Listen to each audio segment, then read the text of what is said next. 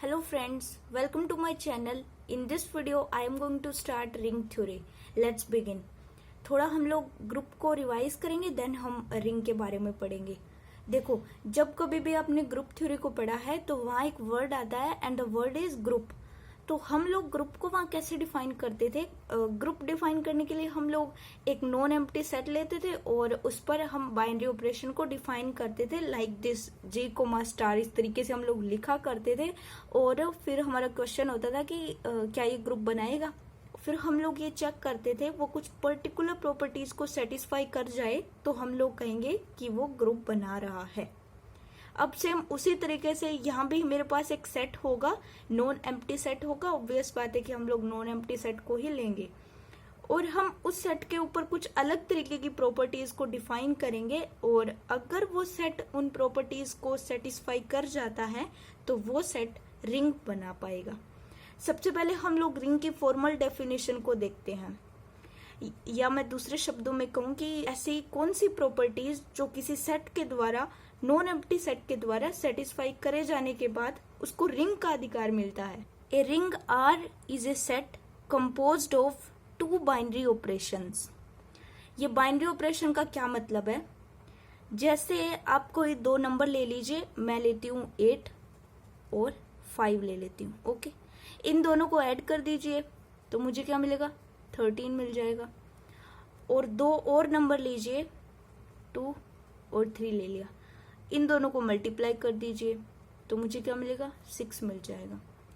तो अगर हम इन दोनों को जनरलाइज्ड तरीके में बात करें, मतलब इनका जनरलाइजेशन हम देखें, तो हम लोग कहेंगे कि हम कोई दो एलिमेंट्स लेते हैं ए और बी और इन दोनों एलिमेंट से हम एक तीसरा एलिमेंट बना देते हैं. इन दोनों के एडिशन से हम एक तीसरा एलिमेंट बना देते हैं. बाइनरी ऑपरेशन का मतलब होता है कि आप दो लोगों को कंसीडर करिए और उन पर ऑपरेशन लगा दीजिए, तीसरा मिल जाएगा. एक ऐसा ऑपरेशन जिसको करने के लिए हमें कितने लोग चाहिए? 2 लोग चाहिए, तो वो होता है बाइनरी.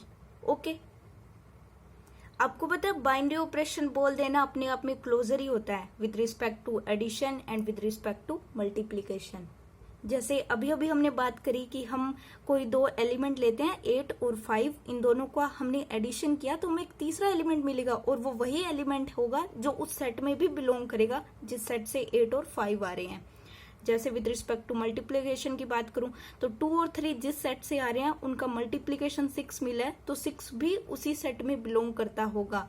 तो अगर हम बाइनरी ऑपरेशन अपनी डेफिनेशन में लिख देते हैं तो उसका मतलब हो जाता है कि क्लोजर डिफाइंड है with respect to addition and with respect to multiplication. तो ये रिंग में ही होता है क्योंकि दो ऑपरेशन लगते हैं, प्लस और into. Number 1, addition denoted as a plus B and multiplication denoted as a dot B, और इसे ए बी कह लीजिए या फिर a क्रॉस बी कह लीजिए.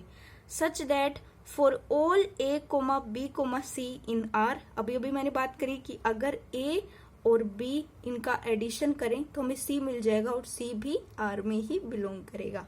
तो बाइनरी ऑपरेशन मैंने लिख दिया है तो इसका मतलब हो गया कि क्लोजर तो ऑटोमेटिक हो गया, लेकिन फिर भी हम लोग लिखेंगे ताकि कोई भी डाउट ना रहे.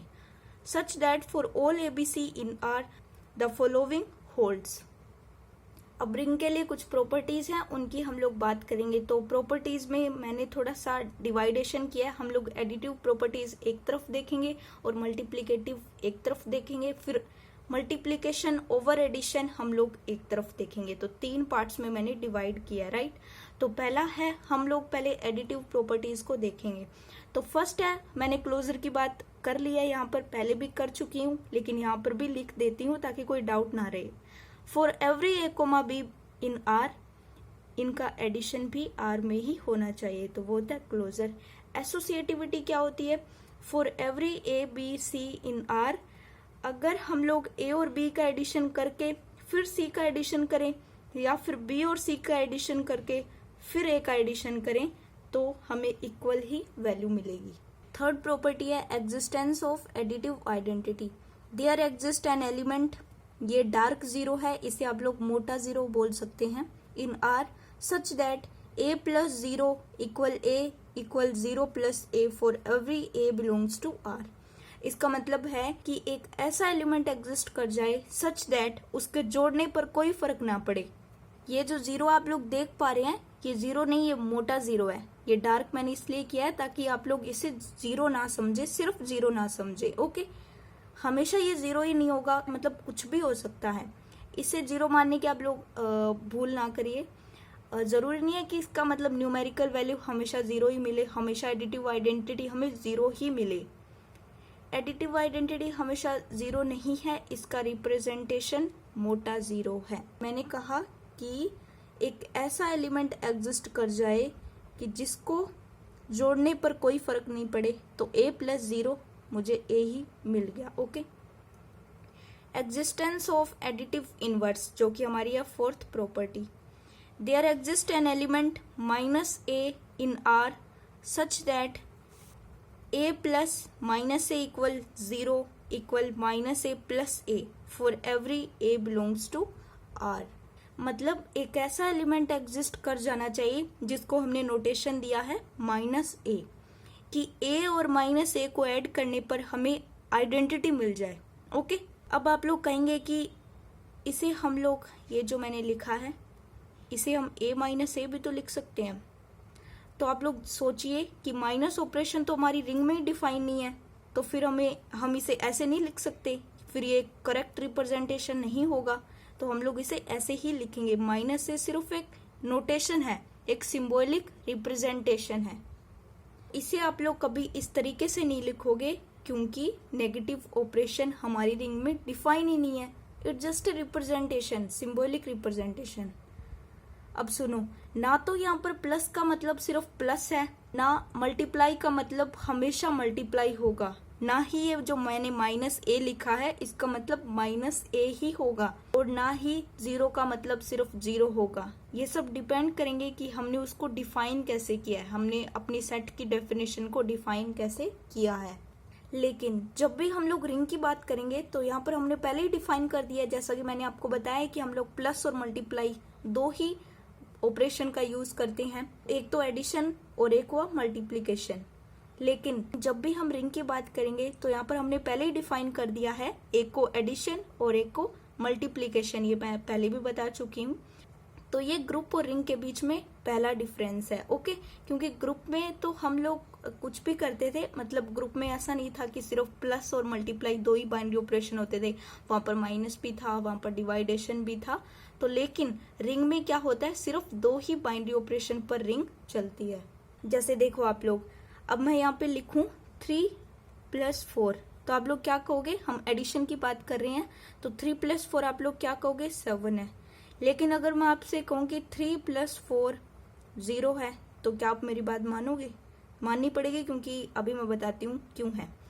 तो अगर हमारा एडिशन मॉड्यूलो 7 का हो जाए तो आएगा 0। जैसे देखो 3 + 7 4, तो अब 0 आ जाएगा। 7 3 और 4 7, 7 मॉड्यूलो 7, तो 7 डिवाइडेड बाय 7 रिमाइंडर क्या आएगा, 0 आएगा। लेकिन हम लोग यहाँ पर एडिशन की बात कर रहे हैं, लेकिन बात तो हम यहाँ पर भी एडिशन की कर रहे हैं, लेकिन हम बात किसकी कर रहे हैं, एडिशन मॉड्यूलो की। तो ये एडिशन का एक टाइप है, लेकिन हो तो एडिशन रहा है, तो इस तरीके के भी एडिशन हो सकते हैं। तो मतलब जो दिख रहा है वो असल में है नहीं कि 3 और 4 हमेशा 7 ही हो, ये भी नहीं हो सकता। ओके, तो यहाँ पर अगर मॉड्यूलो आ गया तो वो आपका प्लान चेंज कर देगा। Property number 5, commutativity. For every a, b belongs to R with respect to addition, commutative भी होना चाहिए। ओके, तो ये हम लोगों ने 5 प्रॉपर्टी पढ़ी है। 5 प्रॉपर्टी होती है एडिशन की। अगर आप लोगों ने ग्रुप थ्योरी को अच्छे से पढ़ा है और आप लोगों को पता भी है, तो वहां पर आपने देखा होगा कि ये जो 5 प्रॉपर्टीज है, अगर कोई भी सेट सेटिस्फाई कर देता है तो वो ग्रुप बनाता है। और वो कौन सा ग्रुप बनाता है, अबेलियन ग्रुप। तो अगर आप लोग इन 5 प्रॉपर्टीज को किसी सेट के लिए सेटिस्फाई कर देते हो, अगर कोई सेट इनको सेटिस्फाई कर जाए तो वो सेट क्या बनेगा, अबेलियन ग्रुप बनाएगा विद रिस्पेक्ट टू एडिशन। तो मतलब हम लोग यहाँ से ये समझते हैं, हमें ये एक पॉइंट मिलता है कि रिंग बनने के लिए सेट को क्या होना पड़ेगा, अबेलियन ग्रुप होना पड़ेगा। तो अब हम लोग देखेंगे properties with respect to multiplication. 5 property हम लोगों ने कंप्लीट कर लिया, तो ये 6 नंबर प्रॉपर्टीज है और ये क्लोजर है विद रिस्पेक्ट टू मल्टीप्लीकेशन की अगर ए और बी आर में है तो उनका मल्टीप्लीकेशन भी आर में होना चाहिए, जो कि हम पहले पढ़ चुके हैं, फॉर्मली हम लोग देख रहे थे तब। 7th प्रॉपर्टी है associativity. A B C R में है तो अगर आप या तो आप लोग बी और सी का मल्टीप्लाई करके ए से मल्टीप्लाई कर दीजिए, या फिर ए और बी को पहले मल्टीप्लाई कर लीजिए और फिर सी से मल्टीप्लाई कर दीजिए, तो इन दोनों की वैल्यू हमेशा इक्वल आएगी। ये जो 2 प्रॉपर्टी है क्लोजर और एसोसिएटिविटी, अगर कोई सेट सिर्फ इसे ही सेटिस्फाई कर जाए तो वो सेट सेमी ग्रुप बनाएगा। तो सेमी ग्रुप के लिए कितनी प्रॉपर्टीज की नीड होती है हमें? क्लोजर और एसोसिएटिविटी, सिर्फ 2 प्रॉपर्टीज की। तो हम लोग एक पॉइंट यहाँ से ध्यान में रख सकते हैं कि रिंग बनने के लिए सेट को सेमी ग्रुप होना पड़ेगा with respect to multiplication. Binary operation अगर मल्टीप्लीकेशन है और वो क्लोजर और एसोसिएटिविटी को सेटिस्फाई कर रहा है तो वो सेमी ग्रुप बनाएगा, राइट। हम लोगों ने पहले क्या देखा, पहला पॉइंट क्या देखा था कि रिंग अगर हमें किसी सेट को रिंग बनाना है तो उस सेट को अबेलियन ग्रुप होना पड़ेगा विद रिस्पेक्ट टू एडिशन।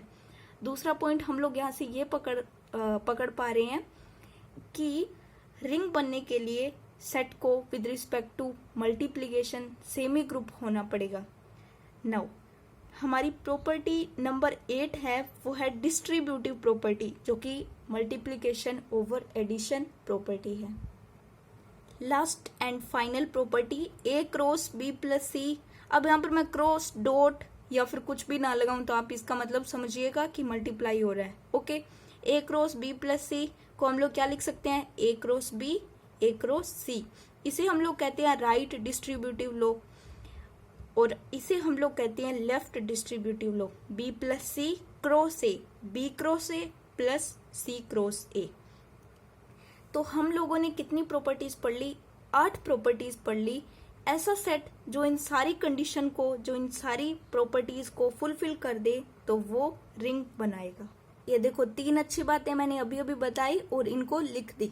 इनको आपको ध्यान में रखना है कि R plus is an abelian group, R dot is a semi group and third distributive property multiplication over addition. ये 3 हम इन शॉर्ट बात कर सकते हैं कि ये 3 प्रॉपर्टीज को अगर कोई सेट सेटिस्फाई कर दे, फुलफिल कर दे तो वो सेट रिंग बनाएगा।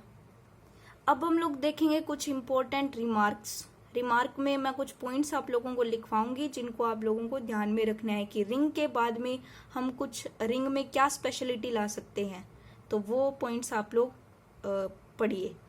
फर्स्ट पॉइंट है ring is an abelian group with respect to addition.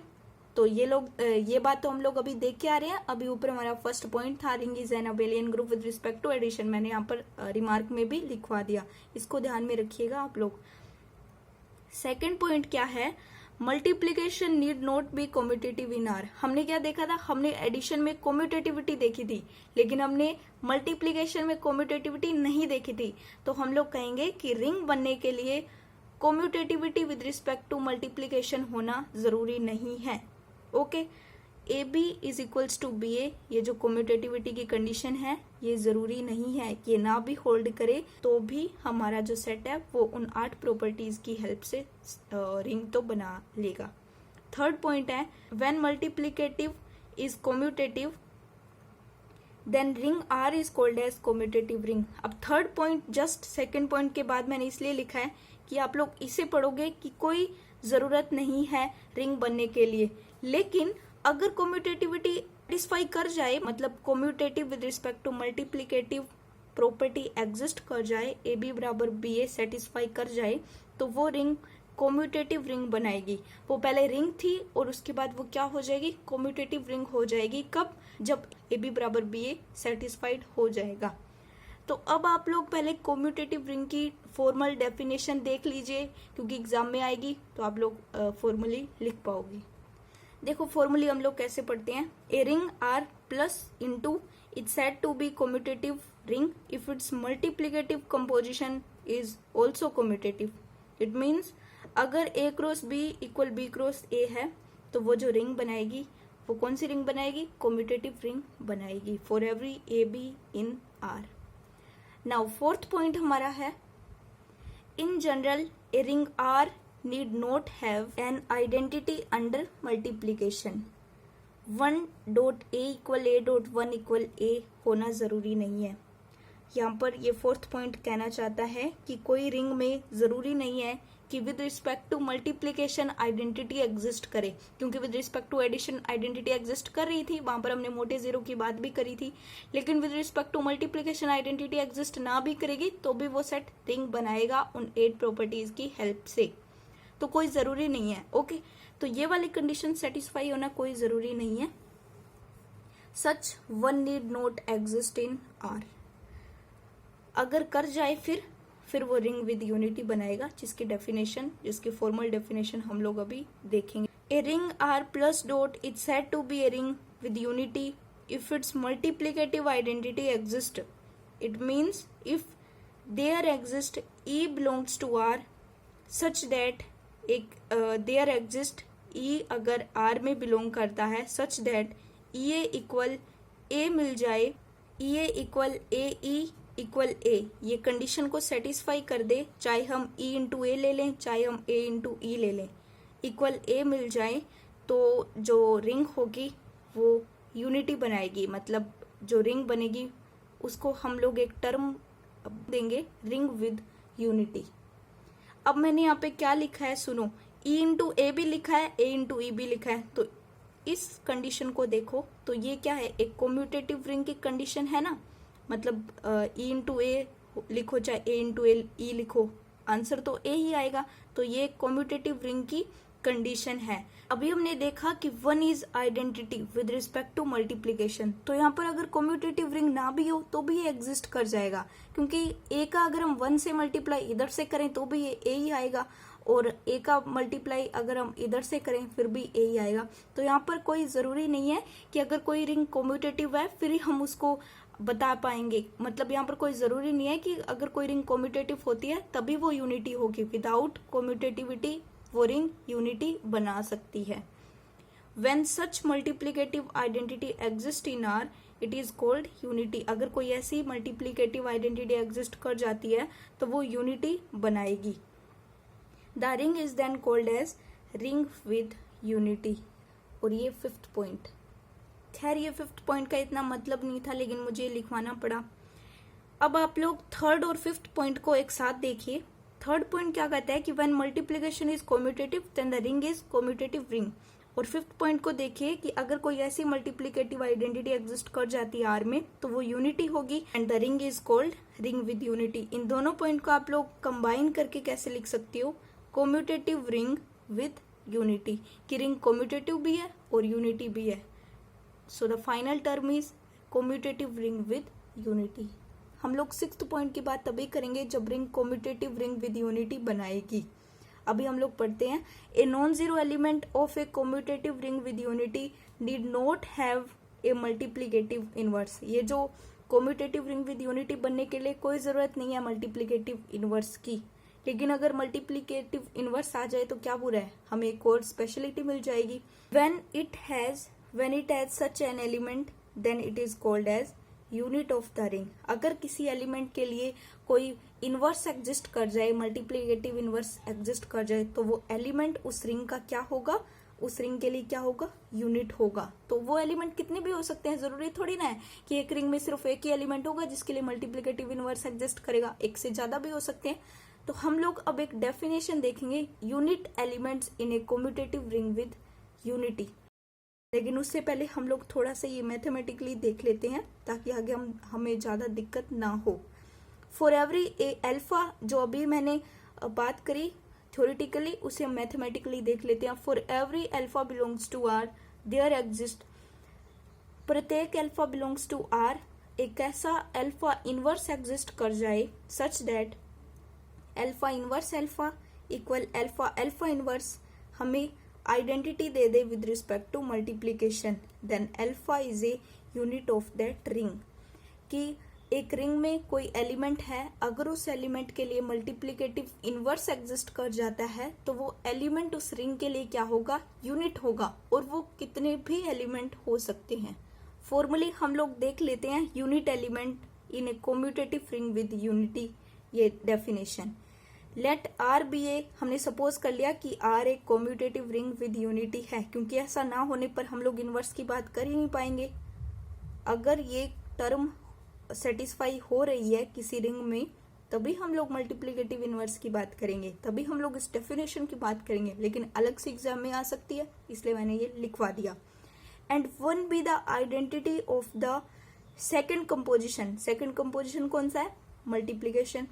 Then any A belongs to R is called as unit element, यदि उसके लिए ऐसा बी एग्जिस्ट कर जाए कि A B is equals to B A is equals to मुझे 1 मिल जाए, ए के लिए मुझे एक ऐसा इनवर्स मिल जाए, बी उन दोनों का मल्टीप्लीकेशन 1 आ जाए, वो एलिमेंट होंगे, वो क्या होंगे, unit elements in a commutative ring with unity.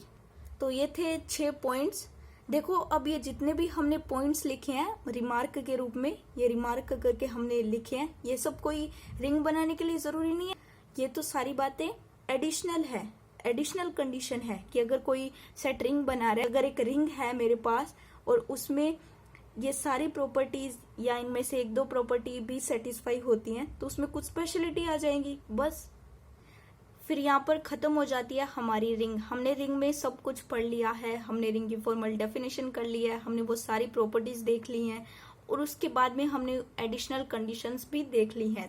तो अब हम लोग पास एक दिक्कत आती है कि हम क्वेश्चंस कैसे सॉल्व करें। तो एक क्वेश्चन मैं आप लोगों को देती हूँ और इसे आप लोगों को सॉल्व करना है। तो क्वेश्चन एक बार मैं समझा देती हूँ। कंसीडर जेड, जेड क्या है, set of integers with respect to standard operation. जब भी स्टैंडर्ड ऑपरेशन की बात आती है तो 3 + 4 7 ही होगा, 2 × 3 6 ही होगा। ओके, कोई भी 0 या फिर 1 2 3 कोई कंडीशन नहीं होगी। 2 × 3 6 होगा, 3 + 4 7 होगा। ऑफ प्लस एंड डॉट, अब आप लोगों को बताना है कि ये जो सेट ऑफ इंटीजर है क्या ये रिंग बना पाएगा, तो ये आप लोगों को खुद करना है। मैंने रिंग को समझाया है और अगर आप लोग ये बता पाते हो कि जेड एक रिंग बना रहा है, नहीं बना रहा, फिर तो बात ही क्या है, फिर तो क्या ही कह सकते हैं। लेकिन अगर जेड रिंग बनाता है फिर आपको एडिशनल कंडीशन को भी सेटिस्फाई करके देखना है, या आप लोगों को खुद से करके देखना है। आप लोगों को फिर से ये लेक्चर को रिवाइज करना है, फिर इस क्वेश्चन को करके देखना है। ऐसा नहीं है कि हम लोग ये क्वेश्चन को सोल्व नहीं करेंगे, इसे हम लोग नेक्स्ट वीडियो में करेंगे, लेकिन मैं आपको वक्त देना चाहती हूँ कि आप लोग इसे करिए और खुद समझिए। मुझे तो करवाना ही है, मैं नेक्स्ट वीडियो में करवा दूंगी। So that is it for today. Thanks for watching, bye.